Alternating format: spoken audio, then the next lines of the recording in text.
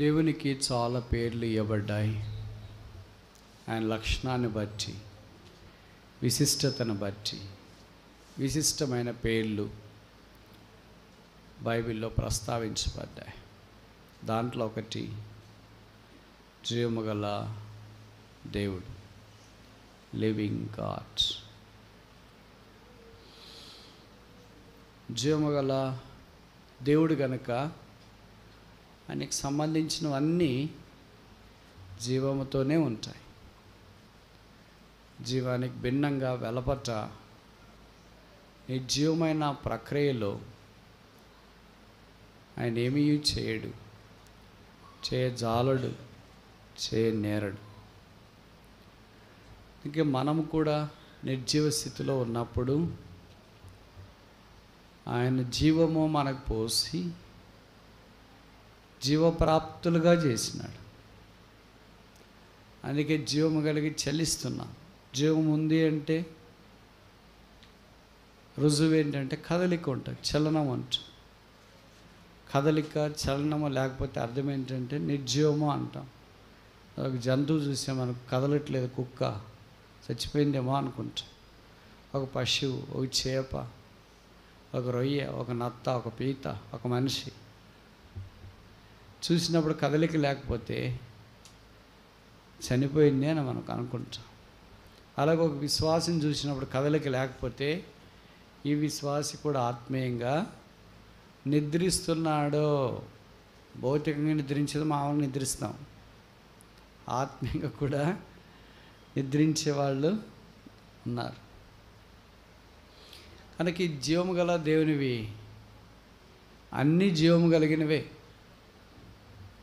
ఈ రెండవ సెషన్లో జీవము కలిగిన నాకు 5 విషయాలు మనము వాక్యంలో నుండి ఏరుకోవటానికి ప్రయత్నం చేస్తాం. మొదటిది అపోస్తుల కార్యములు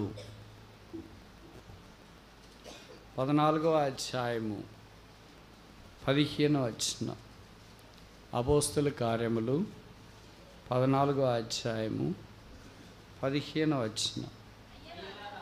అయ్యలారా, మీరెందుకు ఇలాగూ చేయుచున్నారు? మేము కూడా మీ స్వభావం వంటి స్వభావము గల నరులమే. మీరు ఈ వ్యర్థమైన వాటిని విడిచిపెట్టి ఆకాశమును, భూమిని, సముద్రమును, వాటిలో ఉండే సమస్తమును సృజించిన జీవము గల దేవుని వైపు తిరగవలనని మీకు ఏం ప్రకటిస్తున్నా? కనుక ఒక పేరు పెడదామా దీనికి? ఏమని పేరు పెట్టాలా? ఏమని పేరు పెడదాం? జీవము గల దేవుని సువార్త, the gospel of the living God. కనుక మనకి ఇవ్వబడిన సువార్త నిర్జీవమైనది కాదు, ఇది జీవము కలిగింది. రాయబడిన మాటలు మనకు పరిచయం కదా. లుస్త్రాలో బలహీన పాదములు గల ఒకడు ఉన్నాడు. పుట్టింది మొదలుకొని కుంటివాడే, నడవలేకుండా ఉన్నాడు. పౌలు మాటలు విన్నాడు, వారికి విశ్వాసం కలిగింది. వాడు స్వస్థపరచబడ్డాడు, పాదాలు మోపి నిలవబడ్డాడు, బిగ్గరగా గంతులేస్తూ నడవసాగాడు. జనసమూహంలో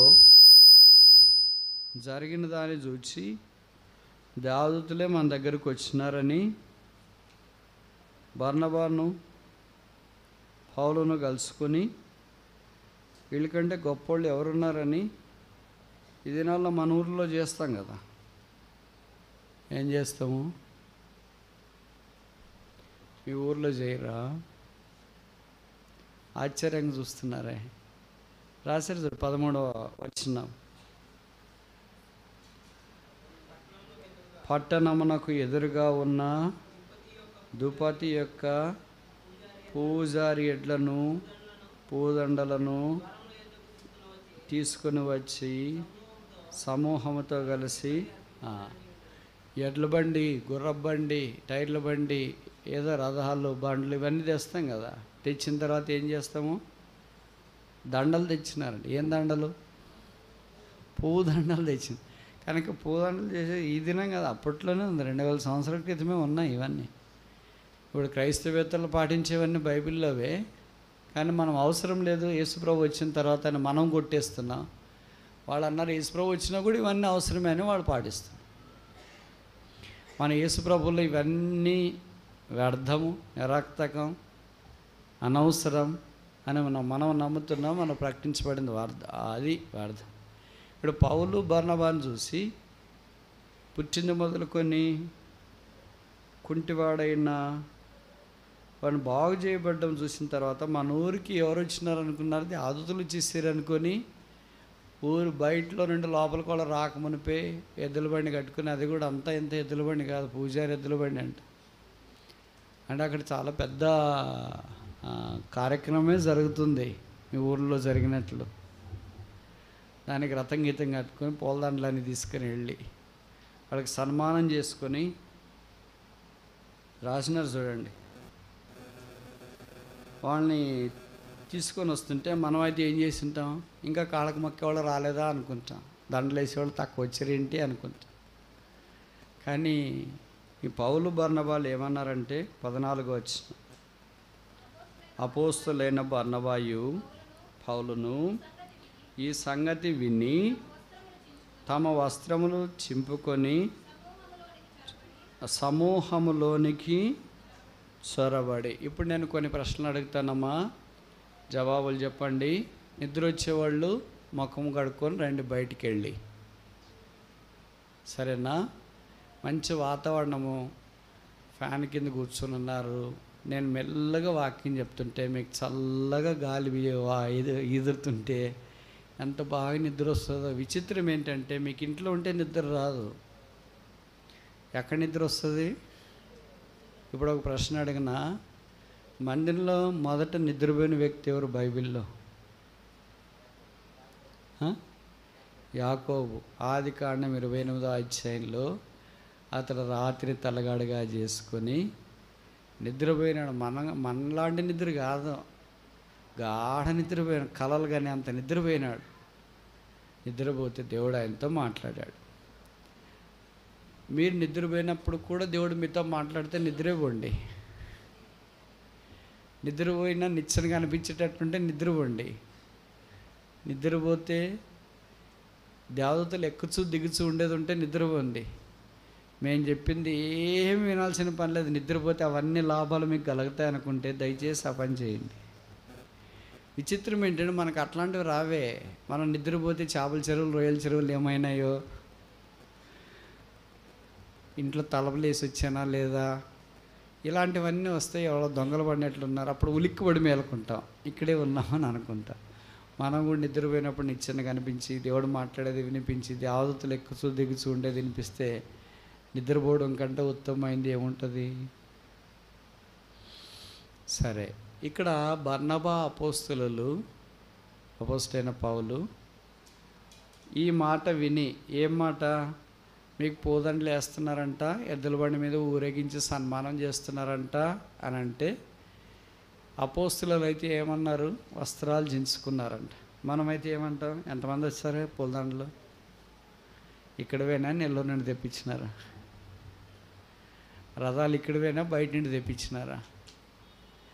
మనకి ఎన్ని దండలు వేస్తే అంత మంచిది అనుకుంటాం, ఎన్ని శాలలు కప్పితే అంత మంచిది అనుకుంటాం, ఎంతమంది వస్తే అంత మంచిది అనుకుంటాం. కానీ నిజమైన అపోస్తలులు ఏం చేస్తారు? What is the true spirit of అపోజల్స్ do? వారు తమ వస్త్రములను చింపుకొని. ఇప్పుడు నేను ఒక ప్రశ్న అడగవచ్చా? బైబిల్లో వస్త్రాలు చించుకున్న వాళ్ళు ఎంతమంది ఉన్నారు? మొదటి ప్రశ్న. రెండవ ప్రశ్న, పాత నిబంధనలో వస్త్రాలు చించుకున్న వాళ్ళు ఎంతమంది ఉన్నారు? మూడవ ప్రశ్న, కొత్త నిబంధనలో వస్త్రాలు చించుకున్న వాళ్ళు ఎంతమంది ఉన్నారు?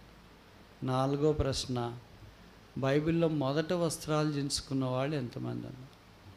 ఐదో ప్రశ్న, ఆఖరి ప్రశ్న, మనం ఇలాంటి పరిస్థితులు వచ్చినప్పుడు ఉదయాలు చించుకుంటున్నామా, గట్టిగా చేసుకుంటున్నామా? నేను చెప్పే మాటలు మీకు అర్థమైనాయి కదమ్మా? 4 ప్రశ్నలకు జవాబు మీకు కనపడకపోవచ్చు, 5వ ప్రశ్నకు మాత్రం జవాబు మీ దగ్గరే ఉంది. పరిస్థితులు వచ్చినప్పుడు మన హృదయాలు గట్టిగా చేసుకుంటున్నామా, చించుకుంటున్నామా అని అంటే జవాబు ఏంటి అమ్మా? చెప్పండి, జవాబు మీరు చెప్తారు, నేను చెప్పాలా? ఏం చేస్తున్నాం హృదయాల్ని? చెప్పరా? హృదయం ఉన్నోళ్ళు ఎవరైనా చెప్పండి. మన హృదయాన్ని ఏం చేస్తున్నాం? పరిస్థితులు ఇలాగొస్తే చెక్కుముక్కి రాయి వలె గట్టిగా చేసుకుంటాం. అపోస్తలులు వస్త్రాలు చించుకున్నారంటే హృదయం కూడా చించుకున్నారు అని అర్థం. బైబిల్లో వస్త్రాలు చించుకున్న వాళ్ళు 25 మంది ఉన్నారు. పాత నిబంధనలోనే 23 మంది ఉన్నారు. కొత్త నిబంధనలో 2 ఉన్నారు. అంటే 2 సందర్భాలు. ఇప్పుడు మొదటి వస్త్రం చించుకునే వాళ్ళు ఎవరు? వస్త్రం చించుకున్నట్టండి ఏ జ్ఞాపం చేస్తుంది? బాధ జ్ఞాపం చేస్తుంది, వేదన జ్ఞాపం చేస్తుంది. అంటే కొత్త నిబంధన ప్రకారం మన హృదయాన్ని చించుకోవాలని జ్ఞాపకం చేయబడుతుంది. అలాంటి అనుభవంలోనికి రావాలని దేవుడు మనల్ని కోరుతున్నాడు. సువార్త ప్రకటించడానికి భారం లేకపోతే సువార్త పనిచేయదు. చూడండి, వీళ్ళు ఇంత చిన్నగా సువార్త ప్రకటిస్తే అంతమంది రక్షణ పొందినారు. మనం ఎంతో తీవ్రంగా సువార్త ప్రకటిస్తుంటాం. వాళ్ళ దినాల్లో మైకులు లేవు, యాంప్లిఫైర్లు లేవు, బండ్లు లేవు, సైకిళ్ళు లేవు, ఇవి ఏం లేవు. కానీ ప్రజలు ఎంత తీవ్రంగా రక్షణలోనికి వచ్చినారు. మనం మైకులు పెట్టుకొని, యాంప్లిఫైర్లు పెట్టుకొని, సాక్షి పుస్తకాలు పెట్టుకొని, సువార్తలు పెట్టుకొని, బైబిల్ పెట్టుకొని, అన్నీ పెట్టుకొని పోతూ ఉంటే చెప్పే మాటలు వినేవాళ్ళు చాలా అరుదుగా ఉంటారు. ఆ మాటలు అంగీకరించే వాళ్ళు ఇంకా అరుదుగా ఉంటారు. తేడా ఏంటి? దేవుడా, సువార్తన చెప్పేవాళ్ళ పైవేవి కాదా? చెప్పేవాళ్ళలో తేడా ఉంది. చెప్పేవాళ్ళలో ఏం లేదమ్మా. ఈ హృదయం లేదు, చించుకునే హృదయం లేదు. ఏం చించుకుంటున్నాం మనము? చెప్పరేంటి? నేను చెప్పే తెలుగు మీకు అర్థమవుతుందా? మనం సువార్తకు పోయినప్పుడు ఏం చించుకుంటున్నామో మీరు చెప్తారు, నేను చెప్పాలి. సరే, నేనేం చించుకున్నాను చెప్పండి. నోరు. మనం సువార్తకు పోయినప్పుడు నోరు చించుకుంటున్నాం, కానీ ఏం చించుకోవట్లేదు? హృదయం చించుకోవట్లేదు. రెండవది చించుకుంటే మొదటి చించుకోవాల్సిన పని లేదు. అర్థమవుతుంది కదమ్మా? అంటే హృదయం చించుకుంటే నోరు చించుకోవాల్సిన పని లేదు. మనం నోరు ఎందుకు చించుకుంటామంటే దూరం వినిపించదేమో, మెల్లగా మాట్లాడితే వాళ్ళకి అర్థం కాదేమో, గట్టిగా మాట్లాడతాం. మనకున్న మైకులు అవన్నీ ఇండే కదా, గొంతు పట్టేస్తాయి, పీల్చేస్తాయి, గొంతు చించుకుంటాం. హృదయం చించుకుంటే దేవుని యొక్క వాక్యం వారి దగ్గరికి వెళ్ళి. ఈ సందర్భం మీకు తెలుసు కదా, పుట్టింది మొదలుకొని బలహీనమైన పాదములు కలిగిన ఒకడు. ఇంకో ప్రశ్న అడగనమ్మా? అడగమంటారా వద్దా? ఎన్నన్నా అడగండి, మేమేం జవాబు చెప్తే కదా అంటున్నారా? ఇప్పుడు ప్రశ్న, పుట్టింది మొదలుకొని కొత్త నిబంధనలో బలహీనంగా ఉన్నవాళ్ళు ఎంత? పుట్టింది మొదలుకొని అని బాధతో ఉన్నవారిని గురించి ఎన్ని సందర్భాలు రాయబడింది?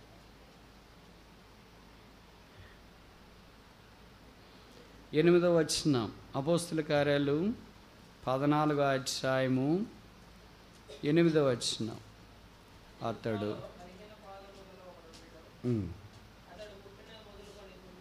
చాలు. బలహీన పాదాలంటే పోలియో వచ్చినాయి కాళ్ళకి, చుక్కలు వేయలేదు అప్పుడు పుట్టినప్పుడు. ఏం చుక్కలు? పోలియో చుక్కలు. అందుకే కాళ్ళు చచ్చిపడిపోయినా, నడవటానికి చేత కావట్లేదు. ఇప్పుడైతే వీల్ చైర్ ఉన్నాయి, అప్పుడు వీల్ చైర్ లేదు కదా, ఎవడన్నా మోసుకొని వెళ్ళాల. అలాంటి వాడు ఊరంతటికి కలిసి ఒకడే ఉన్నాడు. ఏ ఊరు అది? లుస్రా. లుస్రా ఎవరూరో తెలుసా మీకు? తెలుసా తెలీదా? మన బ్రదర్ ఊరే, మన బ్రదర్ అంటే తిమోతి వాళ్ళ ఊరు. వాళ్ళ ఊర్లో అలాంటి వాడు ఉన్నాడు, బలహీన పాదాలు కలిగిన వాడు. వాడు ఎప్పటి నుండి పుట్టడమే అంటే పుట్టేసాడు. మామూలుగా అంటే మధ్యలో వస్తుంది అనుకుంటాం కదా మనం, పోలియో చుక్కలేకపోతే. కానీ పుట్టింది మొదలుకొని అలాగే పుట్టేసాడు. బహుశా వాళ్ళ అమ్మగారికి చుక్కలు వేయలేదేమో, ఏం జరిగిందో మనకు తెలియదు. పుట్టింది మొదలుకొని అలాగున్నాడు. ఇప్పుడు చెప్పండి ప్రశ్న, పుట్టింది మొదలుకొని ఇలాగా బాధతో ఉన్న వాళ్ళు ఎంతమంది కొత్త నిబంధనలో ఉన్నారు? ఏదో ఒకటి చెప్పండి. 5, 10, 15, 20, 30, 1, 2 వచ్చిన వాళ్ళందరూ చెప్పండి. ఒక్కొక్కటి చెప్పినా మీరు అనుకునేది కరెక్ట్ అవుతుంది.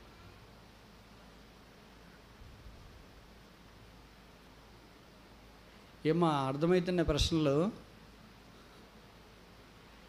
క్వశ్చన్ పేపర్ అర్థమవుతుందా? ప్రార్థన చేసుకొని జవాబులు రాయండి. పుట్టింది మొదలుకొని బైబిల్లో ఇలాగ రోగంతో బలహీనతో బాధపడేవాళ్ళు కొత్త నిబంధనలో ఎంతమంది ఉన్నారు?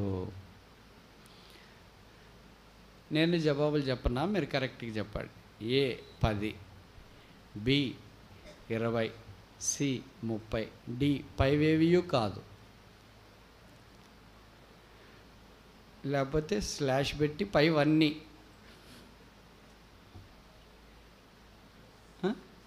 మీకు బాగా తెలుసు, చెప్పమ్మా. 30? మీరు తొందరగా చెప్తే తొందరగా ముగిస్తాము, మనం తొందరగా పోదాం. ఎంతమంది అమ్మా? 10 మంది. Very good. ఇంకా ముగ్గురు ఉన్నారు. చెప్పండి, మొదటి వ్యక్తి ఎవరు? తెలీదా మీకు? యోహాను సువార్త 9వ అధ్యాయంలో మనకు పరిచయమైన వ్యక్తి కనిపిస్తాడు. ఆయన పేరు లేదు, కానీ ఏముంది ఆయనకి? 9వ అధ్యాయం 1వ వచనం. చాలం. ఎప్పటి నుండి ఉన్నాడంట? పుట్టింది మొదలుకొని. ఎలాగ పుట్టాడు? గుడ్డోడిగా పుట్టాడు. మొదటి. రెండవ సందర్భం చదవండి, అపోస్తుల కార్యములు 3వ అధ్యాయం 2వ వచనం.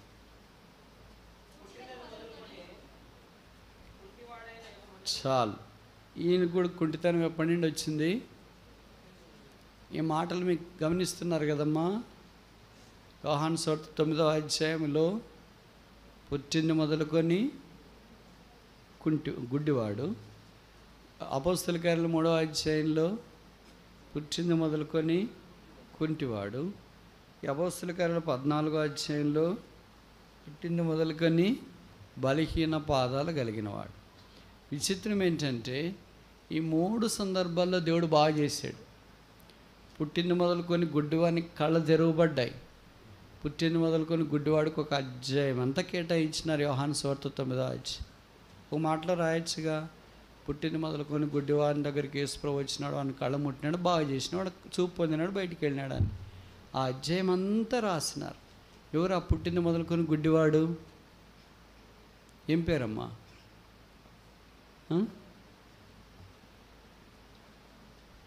నేనే, నువ్వే. ఎవరిని గురించో ఆలోచిస్తున్నారు కదా మీరు. ఆ కథ ఎవరిని గురించి? మన గురించి. అది ఎవరి గురించో? బైబిల్లో కథలు ఎవరిని గురించో అనుకుంటా అంట. లాజరు ఎవరు అని అంటే ఎవరా? లాజరు ఎవరు? నేనే, మనమే. అంటే మంచోళ్ళతో పోల్చుకోవద్దండి. పౌలు ఎవరు అంటే నేనే అనుకోవద్దండి. పేతురు ఎవరంటే నేనే అనుకోవద్దు. అట్లాంటి వాళ్ళతో వద్దు, మామూలు వాళ్ళతో పెట్టుకుందాం మనం. కనుక లాజరు ఎవరంటే నేనే, ధనవంతుడు ఎవరంటే నేనే, పుట్టింది మొదలుకొని గుడ్డివాడు ఎవడంటే నేనే. ఇంక ఇలాంటివన్నీ అదేంటి కోనేడు దగ్గర పడినవాడు 30 సంవత్సరాల నుండి వాడు ఎవడంటే నేనే. నికోదేము ఎవరంటే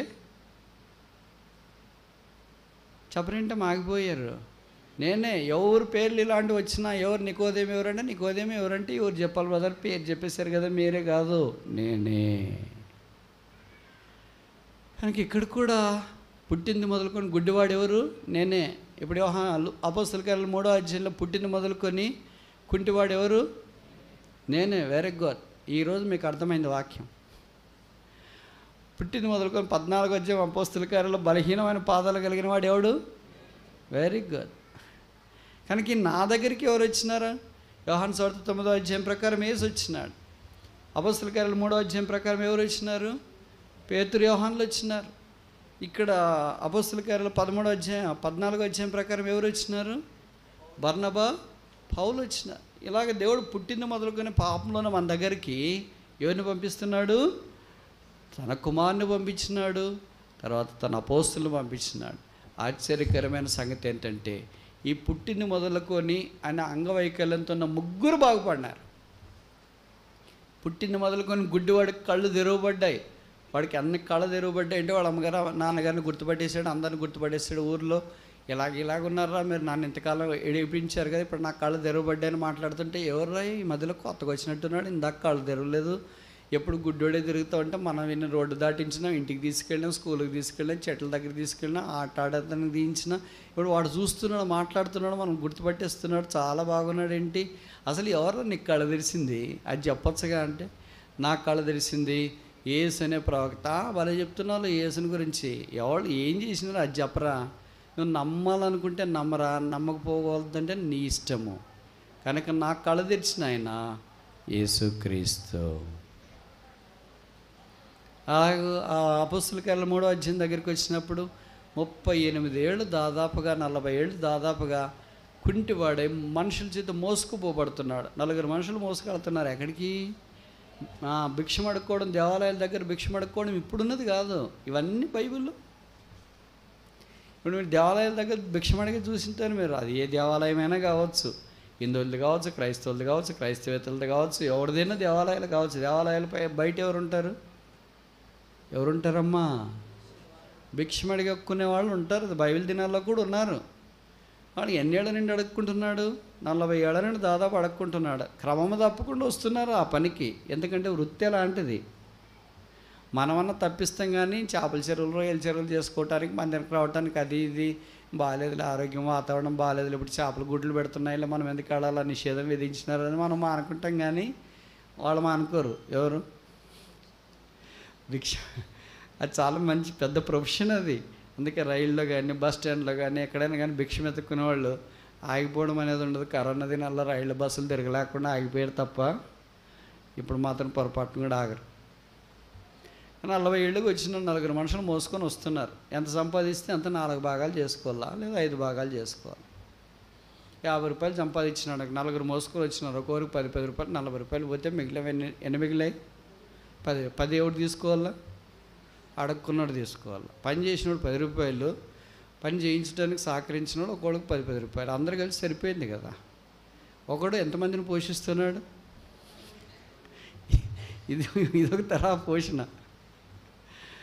ఓ దినాన్న పేతురు, యోహానులు అక్కడికి వచ్చినారు. వీళ్ళు చాలా బాగా కనిపించినారు. అందుకే ఒక దగ్గర డబ్బులు ఉన్నాయేమో అని వాళ్ళని తీరు చూసి అడిగినాడు. అప్పుడు వాళ్ళు అన్నారు, వెండి బంగారాలు మా యొద్ద. ఆ దినాల్లో భిక్షమేం వేసేవాళ్ళు అంటమ్మా? ఏం వేసేవాళ్ళు? వెండి బంగారం భిక్షమా? ఇప్పుడేమి? వెండి బంగారం కట్న కానకలు. మా వాడికి బంగారం ఇంత పెట్టినారు, వడ్డానం ఇంత పెట్టినారు, అదేంటి తలపాపడి ఇంత పెట్టినారు, బిళ్ళు ఇంత పెట్టారు, ఏమేమి చెప్తుంటారు కదా. బంగారం ఇంత బంగారం తెచ్చుకునిందంట ఆమె. ఏం చేసుకుంటుంది పాపం, బొమ్మ మాదిరి ఉంది, ఏం చేసుకుంటాం, మనకి లేదు కదా. అందుకని ఉన్నవాళ్ళని చూసి అసూయ వస్తుంది. అంతా అటుకే పోతుందిలేండి. అప్పుడు అదేంటి నైరాగ్యంతో మాట్లాడతామంట. నిర్వహించండి. వెండి బంగారం దానం వేస్తున్నారంటే వీళ్ళు ఎంత గొప్ప షేట్లు వింటారు. తీసుకునేవాడు కూడా చిన్న తీసుకోవట్లేదు. వెండి బంగారం వేస్తూనే తీసుకుంటున్నాడు కానీ తీసుకోవట్లేదు. ఇప్పుడు భిక్షకాలు కూడా అంతే కదా. రూపాయి, ₹1 వేస్తే తీసుకుంటారా? వాళ్ళు అడిగేదే అడుగుతారు. మొదట ఏమని అడుగుతారు? ఓ 10 రూపాయలు ఉంటే ఇవ్వండి అని. స్టార్టింగ్ అదే భిక్షం. ఇప్పుడు ₹2 వేస్తే మన ఎదురుగా తీసుకున్నట్లు ఉంటుంది. మనం పోయిన తర్వాత మన పక్కన పడేసి వెళ్ళిపోతూ ఉంటారు. ఇప్పుడు ₹10 కనిష్టం అంటే ₹10 స్టార్ట్ చేయాల. ₹10 ఇస్తేనే చల్లగా వర్దిల్లమ్మా రూపాయి ఇస్తే అలాగే హై క్లాస్ బెగ్గర్లు కూడా ఉన్నారు ఆ దినాల్లో కూడా. వెండి బంగారం మా యొద్ద లేదు. బంగారం ఏంటి? దైవత్వం. వెండి ఏంటి? రక్షణ. మేము కలిగిందే నీకు ఇస్తున్నాం. ఏంటి వాళ్ళకి కలిగింది? నజరేయుడని యేసునామం. ఏమి లేదు వాళ్ళకి. విశ్వాసులకి రెండు ఉంటాయి, కలిగినది లేనిది, ఉన్నది లేనిది. ఇప్పుడు చెప్పండి, మనకేమున్నాయి? ఏమి లేవు. నేను చెప్పే తెలుగు మీకు అర్థమవుతుందమ్మా? పేతురు యోహాన్లకి ఏమి లేవు? బంగారము వెండి ఆస్తులు లేవు. ఏముంది? నజరేయుడైన యేసు నామం. మనకి ఏముంది? గొంత పట్టుకున్నట్లు చేస్తారు బ్రదర్ అంటారా? ఏముంది మనకి? వెండి బంగారాలు, వజ్ర వైడూర్య మరకత మాణిక్య నీలలు కెంపలు పస్తులు ఆస్తులు అన్నీ ఉన్నాయి. ఏం లేదు? నజరేయుడైన యేసు.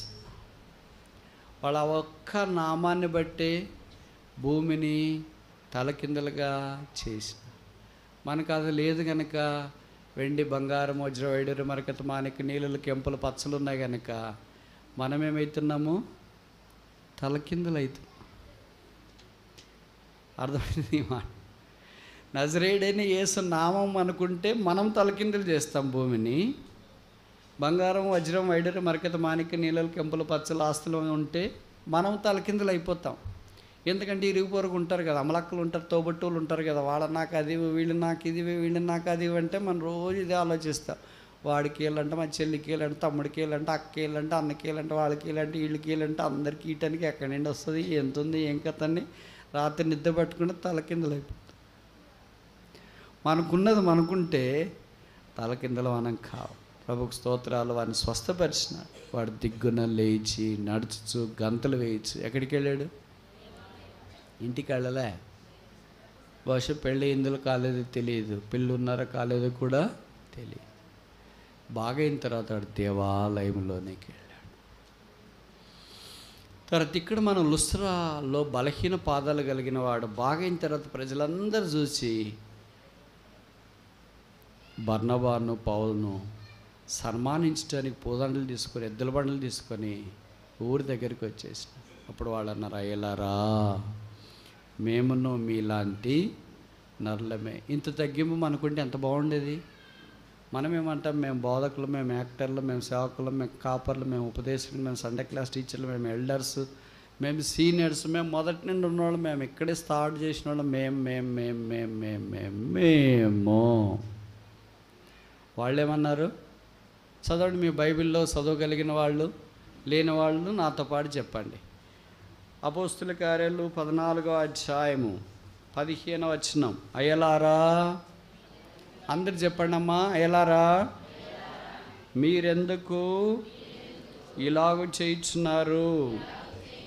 మేము కూడా మీ స్వభావం వంటి స్వభావము గల దేవదూతలమే. దేవదూతలు అంటే దేవదూతలని చదవకూడదు, నరులమే.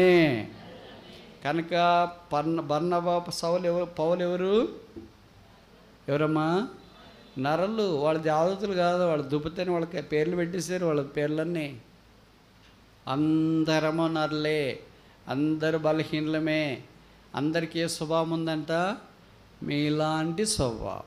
యాకోబు 5:17-18 చూస్తాం కదా, ఏలియా మన వంటి ఏముంది?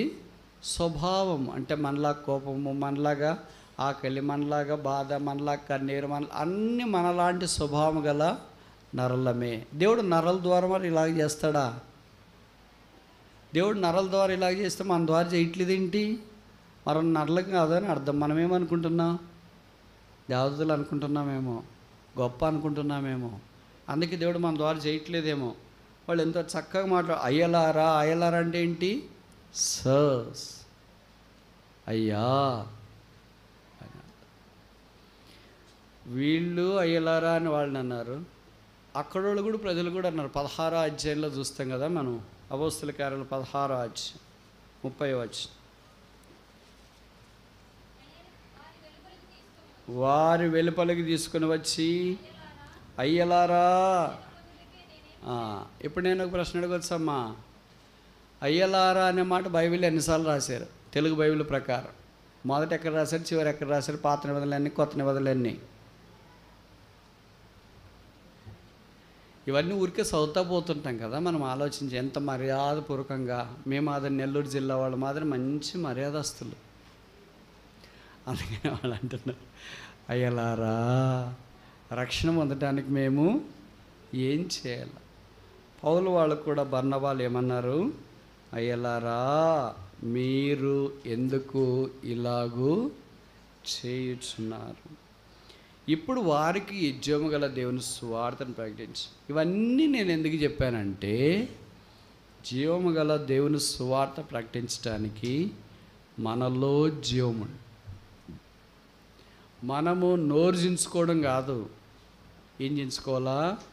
హృదయం చించుకోవాలి. మనమేం అనుకోవాలా? మీలాంటి స్వభావం గల మనుషులమే. మనం సువార్త చెప్పడానికి వెళ్ళినప్పుడు వాళ్ళు ఏదో వేరుగా అనుకుంటాం, మనం చాలా ఎక్కువ అనుకుంటాం. అందుకని మన సువార్త ఫలించట్లేదేమో. పౌలు వాళ్ళతో ఏమంటున్నాడంటే, అసలు మీరు మేము ఒకటే.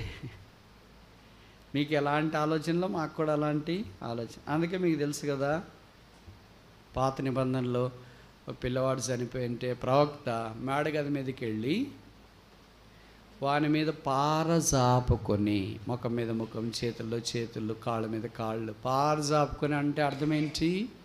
తను తాను ఐక్యపరుచుకున్నాడు. ఒక పాపితో ఒక పరిచారకుడు ఐక్యపరుచుకున్నాడు. పాపంలో కాదు, ఐక్యపరుచుకున్నప్పుడు వాళ్ళలో కార్యసిద్ధి జరుగుతుంది. వాళ్ళు రక్షణ పొందుతారు. ఆ జీవం ప్రవహిస్తుంది. మనలో జీవం ఉంటే బయటికి వస్తుంది కదా. అందుకనే భవిష్యత్తు బయటికి రావట్లేదంటే మనలో లేదేమో. రెండోది చూస్తామా? టైం అయిపోవటానికి వచ్చింది, త్వరగా చూసి ముగిస్తా.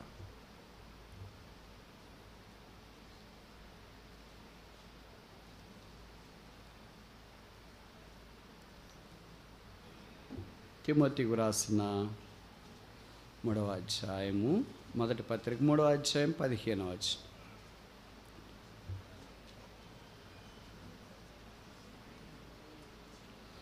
తిమోతికి రాసిన మొదటి పత్రిక 3వ అధ్యాయం 15వ వచనం. అయినను నేను ఆలస్యం చేసిన యెడల దేవుని మందిరములో, అనగా చదవండి.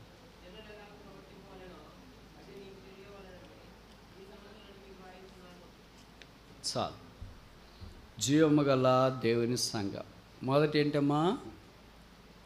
జీవము గల దేవుని సువార్త. సువార్త ప్రకటించినప్పుడు సువార్త ఏంటంటే, మనందరి పాపముల కొరకై యేసుక్రీస్తు మానవుడికి భూమి మీదకి దిగి వచ్చినాడు. మన పాపాలు ఆయన శిలువలో మోసుకున్నాడు. ఆయన తల మీద ముళ్ళ కిరీటం, ముఖం మీద ఉమ్మి, చేతుల్లో మేకులు, దేహమంతా కోడా దెబ్బలు, ప్రక్కలో బల్లెపోటు, రక్తము కార్చి చనిపోయి సమాధి చేయబడి తిరిగి లేపబడి పరలోక స్థలములో ఆసీనుడై ఉన్నాడు. యేసు రక్తం ప్రతి పాపం నుండి మనల్ని కడిగి పవిత్రులుగా చేయి. ఇది సువార్త. ఇంతకంటే అనవసరమైన చెప్పకూడదు. యేసుక్రీస్తు యొక్క మరణ, భూస్థాపన, పునరుత్థానముల గురించే మన సువార్త. అది సువార్త ప్రకటించినప్పుడు ఎవరు ఆ సువార్తను యందు విశ్వాసం ఉంచి రక్షణ పొందినారో ఇప్పుడు వాళ్ళంతా ఏమయ్యారు? జీవము గల దేవుని సంఘము అయ్యారు. కనుక జీవము గల దేవుని సంఘములోని వీళ్ళు వచ్చినారు. వాళ్ళు వచ్చిన తర్వాత బయట ప్రవర్తించినట్లుగా ఇప్పుడు ప్రవర్తించడానికి లేదు. ఇప్పుడు ప్రవర్తన భిన్నంగా ఉంది. అందుకే 6000 సంవత్సరాల మానవ చరిత్రలో మహాజ్ఞాని అయిన సొలొమోను ప్రసంగి 5వ అధ్యాయం 1వ వచనంలో ఇలాగన్నాడు, మీరు దేవుని మందిరమునకు పోనప్పుడు ఎవరు ఏం చూసుకోవాలా? బట్టలు మంచివి కట్టుకున్నారు లేదు చూసుకోండి అని చెప్పలే. సెంటు పూసుకున్నారు లేదు చూసుకోండి అని చెప్పలే. ఇంకేంటి? నగలు వేసుకున్నారు లేదా చూసుకోండి అని చెప్పలే. మొబైల్ ఫోన్ తీసుకున్నారా లేదా చూసుకోండి అని చెప్పలే. కరెంట్ ఉందా లేదా చూసుకోండి అని చెప్పలే. ఏది చెప్పలేదో అదే మనం చేస్తుంటాం. ఏది చెప్పినారో అది మనము ఏం చెప్పినారు? ప్రవర్ధన జాగ్రత్తగా చూసుకోండి అన్నారు. మనం అది తప్ప మిగతావన్నీ జాగ్రత్తగా చూసుకుంటా. డబ్బులు పెట్టుకున్నావరా? బంగారం పెట్టుకున్నావా? బట్టలని సర్దుకున్నావా? వాచ్ పెట్టుకున్నావా? మొబైల్ పెట్టుకున్నావా? అన్నీ జాగ్రత్తగా పెట్టుకున్నావా? అన్నీ జాగ్రత్తగా పెట్టుకున్న ప్రవర్ధన తప్ప. కానీ బైబిల్ ఏం చెప్తుందంటే ప్రవర్ధన జాగ్రత్తగా పెట్టుకున్నాడు. కనుక సంఘంలో ప్రవర్ధన జాగ్రత్తగా పెట్టుకోవాలనేది పౌలు రాయకమునిపై సొలొమోను రాశాడు. బస్సు సొలొమోను తీసి పౌలు 2 తిమోతి 3:15లో జూమ్ చేశాడు. జూమ్ అంటే తెలుసు కదమ్మా, చిన్నది పెద్దగా చేసి చూపించేది. అది ఇక్కడ చేశాడు. కనుక దేవుని మందిరంలో రక్షణ పొందిన మనము జాగ్రత్త ప్రవర్ధన విషయంలో కలిగి ఉండాలని కోరబడుతున్నాం. 3వది చూస్తామా? హెబ్రీ పత్రిక 9వ అధ్యాయము 10వ వచనం. హెబ్రీ పత్రిక 9వ అధ్యాయము 10వ వచనం.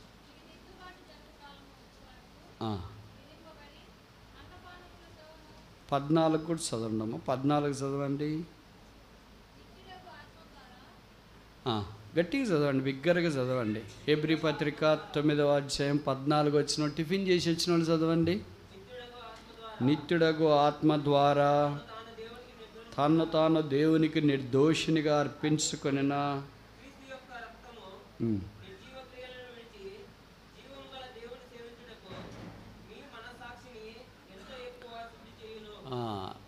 జీవము గల దేవుణ్ణి సేవించుటకు. కనుక 3వ విషయం ఏంటి? జీవము గల దేవుణ్ణి సేవించుట. మనం దేవుణ్ణి ఆరాధన చేసినా, ప్రార్థన చేసినా, పరిచర్య చేసినా ఏం చేస్తున్నామని అర్థము? సేవించుచున్నాము అని అర్థం. ఈ మాట ఇక్కడ పౌలు రాయకమునిపే ఒక క్రైస్తవేతరుడు అన్నాడు. దానియేలు గ్రంథం 6వ అధ్యాయంలో దానియేలు సింహబోన్లో వేసినారు. రాజుకు రాత్రి నిద్రపట్టలేదు. తెల్లవారుజామునే సింహబోన్ దగ్గరికి వచ్చినాడు. వచ్చి ఇలా కేకేశాడు. ఏమన్నాడు? దానియేలు, జీవము గల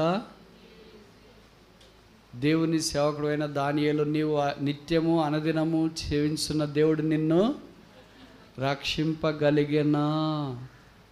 చాలా ఆశ్చర్యం వేస్తుంది కదా ఇది. దానియేలు ఎవరు మొత్తానికి? వెరీ గుడ్, ప్రధానమంత్రి. ఆయన రాజు కదా, రాజు ప్రధానమంత్రిని ప్రధానమంత్రిగానే సంబోధించాలి, ఒక మంత్రిగా సంబోధించాలి.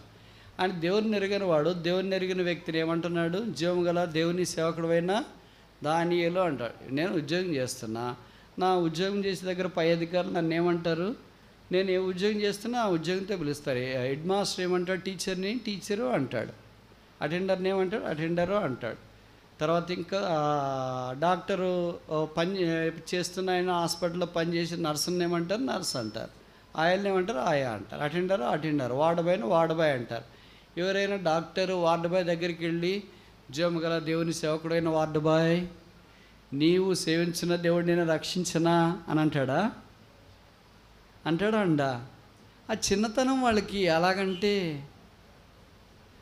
ఒక పెద్ద కలెక్టర్ వచ్చి ఒక చిన్న పని చేస్తున్న అటెండర్ దగ్గరికి వచ్చి ఇలాగంటాడా? జీవం గల దేవుని సేవకుడు అయిన అటెండరు, నీవు సేవించిన దేవుడు నిన్ను రక్షించనా అని. అసలు అక్కడ ఏం మాట్లాడేది? ఆఫీస్ కనుక ఆఫీస్ పదాలు వాడతాడు. మందిరంలోనైతే మనం సేవకుడు, అన్న, అక్క ఇలాగ మనం వాడతాం. అది మందిరం కాదు. ఏంటది? సింహబోన్లు. అక్కడ అధికారి. కానీ ఆయన ఏం మాట్లాడాడు? బైబిల్ భాష మాట్లాడు. ఆయనకి తెలిసింది దానియేలు సేవకుడు. దానియేలు మన మాదిరి సేవకుడు కాదు. అంటే కొత్త నిబంధనలోనైతే యేసుప్రభు రక్తం ద్వారా యాజకులు, రాజులైన యాజక సమూహం ఏర్పాటు చేయబడిన జనముగా అందరూ ఆయన్ని పూజించి ఆరాధించే భాగ్యంలోనికి వచ్చిన దేవుడు కొంతమందిని పూర్తి సేవ కొరకు పిలిచినాడు. వాళ్ళు పూర్తి సేవ చేస్తున్నారు. దేవుడు కొంతమందిని పార్ట్ టైం సేవకు పిలిచినాడు. మాలాంటి వాళ్ళని, మీలాంటి వాళ్ళని కూడా పార్ట్ టైం సేవకు పిలిచినాడు. చేపలు, రొయ్యలు అన్నీ అయిపోయిన తర్వాత మళ్ళీ దేవుని దగ్గరికి రావడానికి ఇలాగ రకరకాలకు పిలిచినాడు. ఆ దినాల్లో దానియేలు వెళ్ళటానికి మందిరం లేదు, బలిపీఠం లేదు, దేవుని మందిరం లేదు. తర్వాత ఇలాగా యాజకులు లేరు, పరిచారకులు లేరు. సామాన్యమైన వాడు ఎక్కడ సేవించినాడు? వీబీఎస్కి వెళ్ళాడా, స్పెషల్ మీటింగ్ పెట్టినాడా, లైవ్ స్ట్రీమ్ పెట్టాడా, వంట చేసాడా, కూరగాయలు తెచ్చాడా, కారు నడిపాడా? ఏం చేశాడు సేవ? ఏం చేశాడక్క? వాట్సాప్ మెసేజ్లు పంపించినాడా, ప్రార్థనలు చేసినాడా, పాటలు పాడినాడా, రికార్డింగ్ చేసినాడా, యూట్యూబ్ పెట్టినాడా? ఏంటి సేవ? ప్రార్థనే. ఎందుకు దానియేలు సింహబోన్లు వేశారు? ప్రార్థన చేసినందుకు. ప్రార్థన దేవుడికి ఏంటి? సేవ. నేను ఉదయం చెప్పాను కదా, అది ఎలాంటి సేవ? ఎలాంటి సేవ అమ్మా? మర్చిపోయారా పదము? మంచి సేవ. దానియేలు దేవుడికి ఎలాంటి సేవ చేశాడంటే మంచి సేవ చేశాడు. ప్రార్థన, దేవుని స్తుతించి మంచి సేవ. ఆ సేవ చేశాడు కనుకనే దానియేలు దేవుడిని సేవించినాడని రాజుకు అర్థమైపోయింది.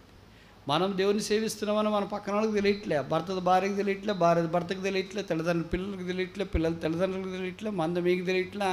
పైపెచ్చు మనం ఏమంటామంటే ఇంకా తక్కువ మాటలు, వాళ్ళేం చేస్తున్నారులే, ఏసీ రూముల్లో తిరిగి, ఏసీ రూముల్లో కార్లలో తిరుగుతున్నారు, ఏసీ ట్రైన్లో ప్రయాణం చేస్తున్నారు, అదొక సేవనా?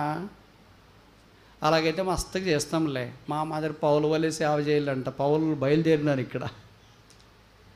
పౌలు ఒక్కడే, పేతురు ఒక్కడే, యాకోబు ఒక్కడే, యోహాన్ ఒక్కడే, భక్సింగారు ఒక్కడే, ఒకళ్ళే.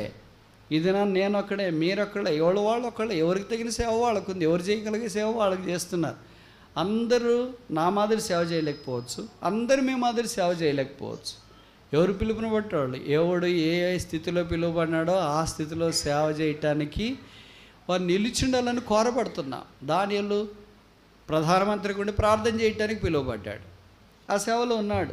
ఎస్తేరు రాణిగా ఉండి దేవుని సేవించడానికి పిలువబడింది. ఆస్థానం మొర్దెకై ద్వారపాలకుడిగా ఉండి దేవుని సేవించడానికి పిలువబడినాడు, అలాగే ఉన్నాడు. తర్వాత నెహెమ్యా షూషను కోటలో పాత్ర అందిస్తూ దేవుని సేవించడానికి పిలువబడ్డాడు. యోసేపు ప్రధానమంత్రి గుడి పిలువబడ్డాడు. రూతు పరిగెరుకోవటానికి పిలువబడింది. ఎవరు ఏ స్థితిలో ఉన్నారో అలాగే పిలువబడ్డాడు. పరిగెరుకునే రూతు దేవుని మా అంతఃపురానికి వెళ్ళి నేను కూడా రాణినే, ఇక్కడ వేరే వాళ్ళు ఉండటానికి ఇల్లేదని కుదరదు. మొర్దెకై ద్వారపాలకుడు, నేను ఇక్కడ ఉన్నాను, ఇక్కడ ఉండదు కాదు, నేను కూడా అంతఃపురంలోకి వస్తానంటే కుదరదు. ఎస్తేరు రాణి, నేను అంతఃపురంలో ఉన్నా, ఏం బాగాలేదు, అంత జీవితం అంతా ఇబ్బందిగా ఉంది, నేను కూడా ఊరు వెళ్ళి పరిగెడతానంటే కుదరదు.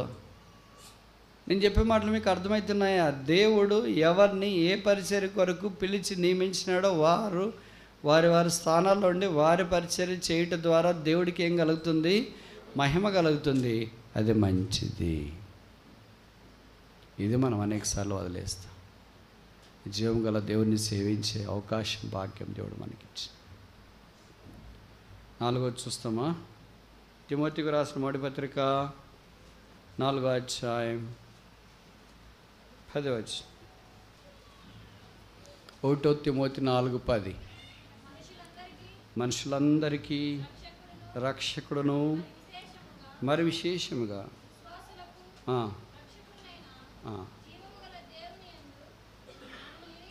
చాలు జీవము గల దేవుని యందు ఏముంది? నిరీక్షణ. ఈయన ఎవరికి రక్షకుడమా? ఈయన రాశారు పైన మనుషులందరికీ. కొంతమందికి మనం సువార్త చెప్తే వాళ్ళు ఏమంటారు, ఈయన మాకు కాదులే, మీకే, ఊరు బయట ఉన్న వాళ్ళకే, దళితులకే, నిరాకరించబడిన వాళ్ళకే, గిరిజనులకే, అణగారిన వర్గాల వారికి ఈయనని. కానీ ఇక్కడ బైబిల్ ఏం రాయబడింది? మనం ఏం చెప్పాలని, నీకు కూడా రక్షకుడే. నాకెందుకు రక్షకుడే? నువ్వు మనిషే కాదా? మనిషా కాదా? మనిషి అయితే నీకు ఎవరు కావాలా? రక్షకుడు కావాలి. బైబిల్లో రాసినారు ఏమని? మనుషులందరికీ యేసుక్రీస్తు ఎవరు? రక్షకుడు అని రాశారు. కనుక నువ్వు అంగీకరించినా అంగీకరించకపోయినా ఆయన ఎవరు నీకు? రక్షకుడు. నమ్ము. తర్వాత రెండవది ఎవరికి రక్షకుడు? విశ్వాసులందరికీ రక్షకుడు. రక్షకుడై విశ్వాసులకు ఆయన ఏమి ఇచ్చినాడంటే నిరీక్షణ ఇచ్చిన. అందుకే కొలస్సీ 1:27 చెప్పబడింది, Christ is the hope of glory. క్రీస్తే మన మహిమ నిరీక్షణ అయి ఉన్నాడు. మనందరికీ ఒక నిరీక్షణ ఉంది. ఈ లోకంలో ఉన్నంత కాలము రకరకాల పోరాటాలు, ఇబ్బందులు, ప్రతికూల పరిస్థితులు, బాధలు, కన్నీరు, దుఃఖం, వేదన ఇవన్నీ ఉంటాయి. ఓ దినాన్ని ఇవన్నీ విడిచిపెట్టి పరలోక రాజ్యానికి వెళ్తాం. మీకు అక్కడ ఒక ఇష్టమైన సంగతి చెప్పనా? అక్కడ సముద్రము లేదు, ఓడలు లేవు, చేపల చెరువులు, రొయ్యల చెరువులు లేవు. మార్కెట్ లేదు, దళారులు లేరు, ఐస్ వేసేది లేదు, తీసేది లేదు. తర్వాత అక్కడికి వెళ్ళి దోరెలు, చేపలు, వలలు అన్నీ పట్టేది ఏం లేదు. అది పరలోక రాజ్యం. అదే అలాంటి దాని కొరకు మనం నిరీక్షిస్తున్నాం. అక్కడ దేవుడు గొర్రెపిల్ల దేవాలయమై ఉన్నాడు. ఆయనతో పాటు మనం సదాకాలం ఉండనై ఉన్నాం. జీవగల దేవుని సంఘం యొక్క ఆఖరి స్థితి అది. ఇప్పటిదాకా ఎన్ని చూసాము? మొదటిది ఏంటి? జీవము గల దేవుని సువార్త, the gospel of the living God. రెండవది జీవము గల దేవుని సంఘము, the church of the living God. మూడవది service of the living God, జీవము గల దేవుణ్ణి సేవించడం. నాలుగవది ఏంటి? The hope of the living God, జీవము గల దేవుని యందు నిరీక్షణ. ఐదోది చూసి ముగిస్తామా? హెబ్రీ పత్రిక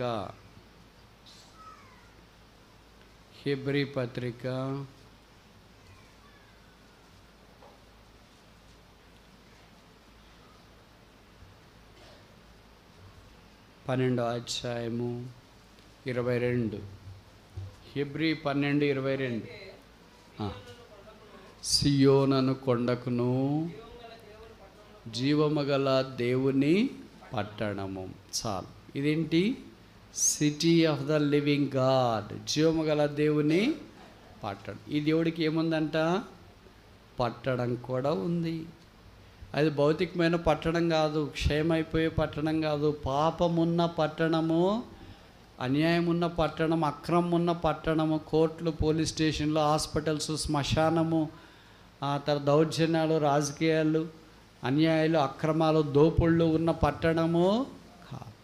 అక్కడ అది శుద్ధ సువర్ణ పట్టణము, పరిశుద్ధమైన పట్టణము, దేవుడు ఆలయమైన పట్టణము, సిద్ధపరచబడిన పట్టణము, దైవ పట్టణము, పరలోకము నుండి దిగి వస్తున్న పట్టణము, సదాకాలం ఉండే పట్టణం. భూమి మీద ఉన్న పట్టణాలు అన్నీ నశించిపోవచ్చు. సొదొమ గొమొర్రా అనేవి రెండేంటి? పట్టణాలు. అలాంటి పట్టణం కాదు. ఇంకొక పట్టణం నినివే అనేది ఏంటి? పట్టణము. బబులోన్ అనేది ఏంటి? పట్టణము. బైబిల్లో చాలా పట్టణాలు ఉన్నాయి. ఈ పట్టణాలు అన్నీ గతించిపోయినాయి. వాటి వైభవము, వాటి తళుకు, వాటి బెళుకు, వాటి ప్రభావం, వాటి గొప్పతనం, పట్టణం పేరు చెప్తే చాలా అంత ఖ్యాతి, అవన్నీ పోయినాయి. రాబో పట్టణం అవుతుంది, జీవము గల దేవుని పట్టణము. ఆ పట్టణంలో మరి ఎవరుంటారు? ఆ పట్టణ పౌరులు ఉంటారు. మీ ఊర్లో ఎవరుంటారు? ఊర్లో పౌరులు ఉంటారు. పౌరులు అంటే సిటిజన్స్. మీకు ఆధార్ కార్డు ఇచ్చి, ఇంటి నెంబర్ ఇచ్చి, ఏదో ఓటర్ కార్డు ఇచ్చి అన్నీ ఇస్తారు కదా. అది లేకపోతే నువ్వు ఈ ప్రాంతానికి చెందినవాడో కాదు అని అర్థం. ఆధార్ కార్డు ఉంటే అడ్రస్ ఉంటుంది, అడ్రస్ ఉంటే నువ్వు ఈ స్థలానికి చెందినవాడు అని తెలుస్తుంది. కనుక ప్రభు దగ్గరికి వచ్చినప్పుడు కూడా ఆ పట్టణానికి యేసు ప్రభు రక్తం ద్వారా కడగబడి శుద్ధీకరించబడిన వారు పౌరులు. ఫిలిప్పీ పత్రికలో పౌలు అన్నాడు, మన పౌరస్థితి పరమందు ఉన్నది.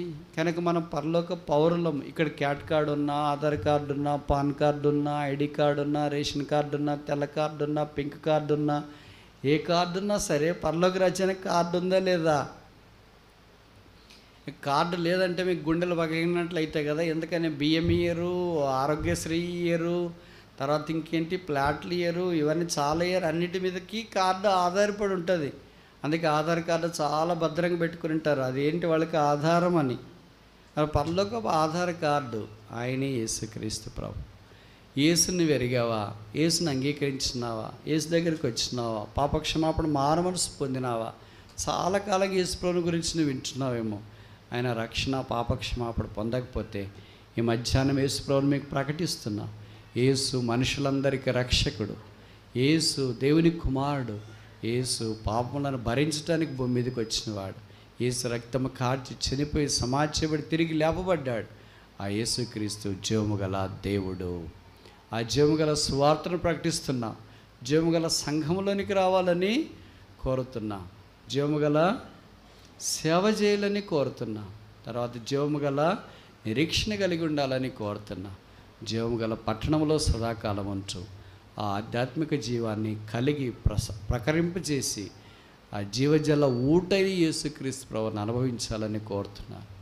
దేవుని మందిరము అనగా జోముగల దేవుని సంఘములో జనులు ఎలా ప్రవర్తించవలనో మీరు తెలుసుకున్న కోరుచున్నాను.